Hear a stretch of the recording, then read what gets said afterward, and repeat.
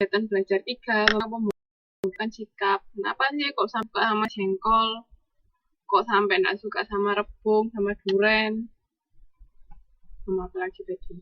Nah itu dari apa? Bisa dari pengalaman pribadi ya. Rata-rata mungkin kalau makanan bisa dari pengalaman pribadi. Kalau saya dengan jengkol nggak pernah langsung mengalami kayak juga ketemu orang yang habis makan jengkol apa belum. Tapi karena saya sudah sering dengar kalau jengkol tuh baunya nggak enak, jadi kayak nggak kepengen. Nah itu berarti sikap saya terhadap jengkol itu terpengaruh dari pihak lain. Tapi kalau kayak mbak-mbak yang langsung sudah berhadapan, atau Mas Johannes yang sudah pernah langsung nyoba rebung yang nggak enak, menurut dia berarti itu dari pengalaman pribadi. Ada juga dari asosiasi kelompok. Ini kayak misalnya misalnya mbak-mbak sama mas-mas ini satu kelompok manajemen angkatan 5 ya kan. Nah, semuanya suka belajar misalnya. Tapi kan aslinya misalnya ada satu orang yang nggak suka belajar, tapi karena semua satu kelompok ini pada suka belajar semua, mau nggak mau biar istilahnya diakuin di kelompok ini, maksudnya dia termasuk dalam kelompok ini, makanya dia jadinya juga suka belajar. Nah itu biasanya seperti itu. Kelompok itu sebenarnya sangat mempengaruhi loh, kayak misalnya kelompok misalnya kayak geng motor lah istilahnya. Geng motor itu kayak semua misalnya atributnya warna hitam. Misalnya awalnya anak itu nggak suka warna hitam, tapi karena semua satu geng itu agak warna hitam, dia mau nggak mau kan biar diakuin jadi geng motor itu harus juga pakai atribut yang warnanya hitam. Nah itu jadinya istilahnya nantinya jadinya sikapnya terhadap warna hitam jadi suka seperti itu. Itu pengaruh kelompok terhadap diri kita. Nggak hanya persepsi mbak, bisa langsung ke sikap ini. Jadi kayak merubah sikap kita itu. Kan kalau persepsi itu kan cuman apa yang kita pikirkan aja, apa yang ada di pikiran kita. Tapi kalau sikap itu sudah bisa ditunjukkan kelihatan dari perilaku. Kan kalau masih di persepsi itu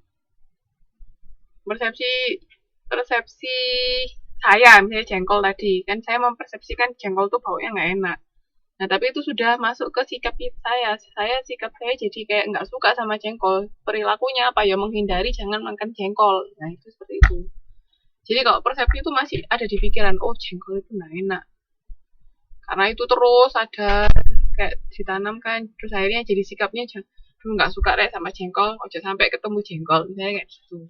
Apalagi menghindari makanan yang ada jengkol itu sudah timbul ke perilaku, sikap dan perilaku.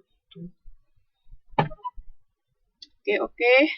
Nah ini kalau pengalaman pribadi itu, kebutuhan itu yang dirasakan oleh setiap orang berbeda dan dapat berubah seiring perubahan waktu.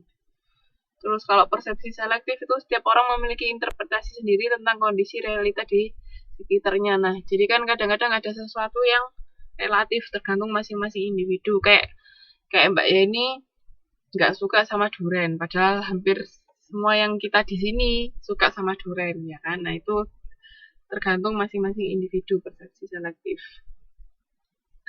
Kepribadian, karakter pribadi seseorang kan mempengaruhi sikap seseorang terhadap objek juga.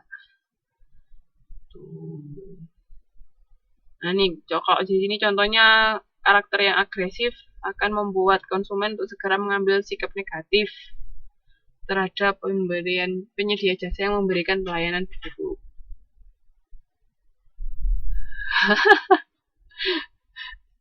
Coba aja. Mungkin juga misalnya Mbak Yeni tiba-tiba akhirnya misalnya tempat kerjanya tiba-tiba sebelahnya ada yang jualan durian, dan itu sudah tempatnya memang selamanya kayak gitu. Misalnya Mbak Yeni punya toko, Terus toko di sebelahnya ternyata baru buka toko yang jual durian. Nah kan otomatis mau nggak mau kan setiap hari ngebau yang namanya durian. Nah lama-lama karena sudah terbiasa itu bisa nanti akhirnya mbak mbak ini jadi suka durian itu bisa kayak gitu. Itu kan proses proses pembentukan sikapnya kayak gitu.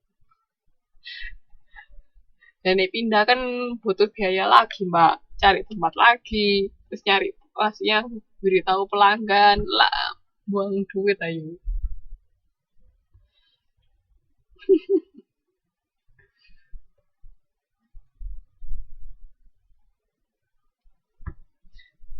Nah, itu bisa. Jadi pembentukan sikap bisa dari tiga ya, pengalaman pribadi, asosiasi kelompok, sama pengaruh pihak lain. Nah, iya. Ya kan, karena kadang-kadang karena kebiasaan bisa jadi berubah. Tofu itu enak kok, saya juga suka. Saya nggak suka di sini tuh yang hijau-hijau tuh loh, godong apa sih itu nggak tahu namanya. Semacam seledri tapi bukan. Kalau seledri itu baunya kan masih nggak apa-apa, tapi kalau kan godong hijau Taiwan itu nggak tahu godong apa. Merusak rasa makanan menurut saya kalau ada godong itu. Dan mesti ada ya, eksis dia di setiap makanan di sini tuh. Iya, nggak tahu rasanya nggak enak. Kalau coto tofu masih nggak bang. Masak daun ketumbar. Kayak seledri gitu loh mbak. Bentuknya itu. Ya mirip seledri, cuman baunya lebih nggak enak daripada seledri. Kalau seledri saya masih nggak apa-apa. Yang saya itu nggak suka sih kalau sama itu. Hijau tua. Nggak enak. Merusak rasa makanan. Menurut saya, tapi mungkin menurut mbak-mbak sama mas beda lagi kan bisa. Oke, saya lanjutkan ya. Ini proses pembentukan sikap.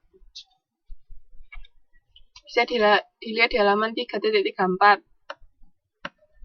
Kalau nggak kelihatan di layar sini. Nah ini, jadi itu kan sikap itu kan pasti ada inputan. Maksudnya, ya tadi apa namanya, sumber pembentukan kan bisa dari pengalaman pribadi, dari pengaruh orang lain, atau asosiasi kelompok, atau dari pengaruh media massa. Nah itu kan kayak istilahnya kayak inputannya ke kita, ya kan, maksudnya inputan kayak ke kita. Jadi ini di sini sources of information and influence. Jadi itu apa saja yang bisa mempengaruhi kita. Jadi inputannya, terus itu dari dalam diri kita sendiri itu kita sudah ada personality atau kepribadian sama self concept kita.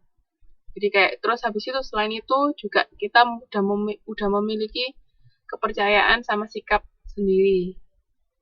Nah, apa yang sudah ada itu bisa dipengaruhi dari luar, inputan dari luar itu tadi. Nah, dengan adanya inputan dari luar itu bisa mempengaruhi sikap akhir kita. Jadi kan istilahnya ya hampir sama kayak model itu tadi loh, modelnya siapa yo yang ada. Masih ingat nggak modelnya siapa yang ada dari dalam diri kita sendiri sama dari luar? Model sikap dari siapa tadi? Ingat nggak?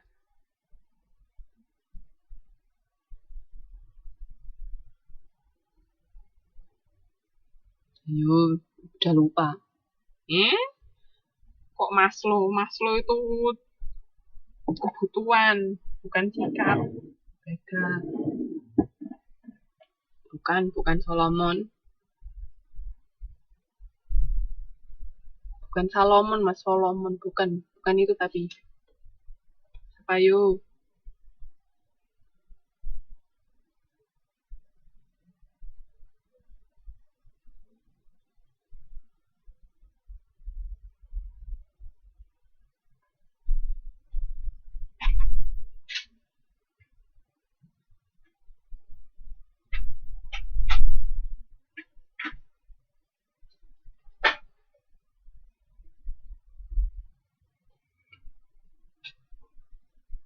Bukan Lodon sama Bita, bukan Betty.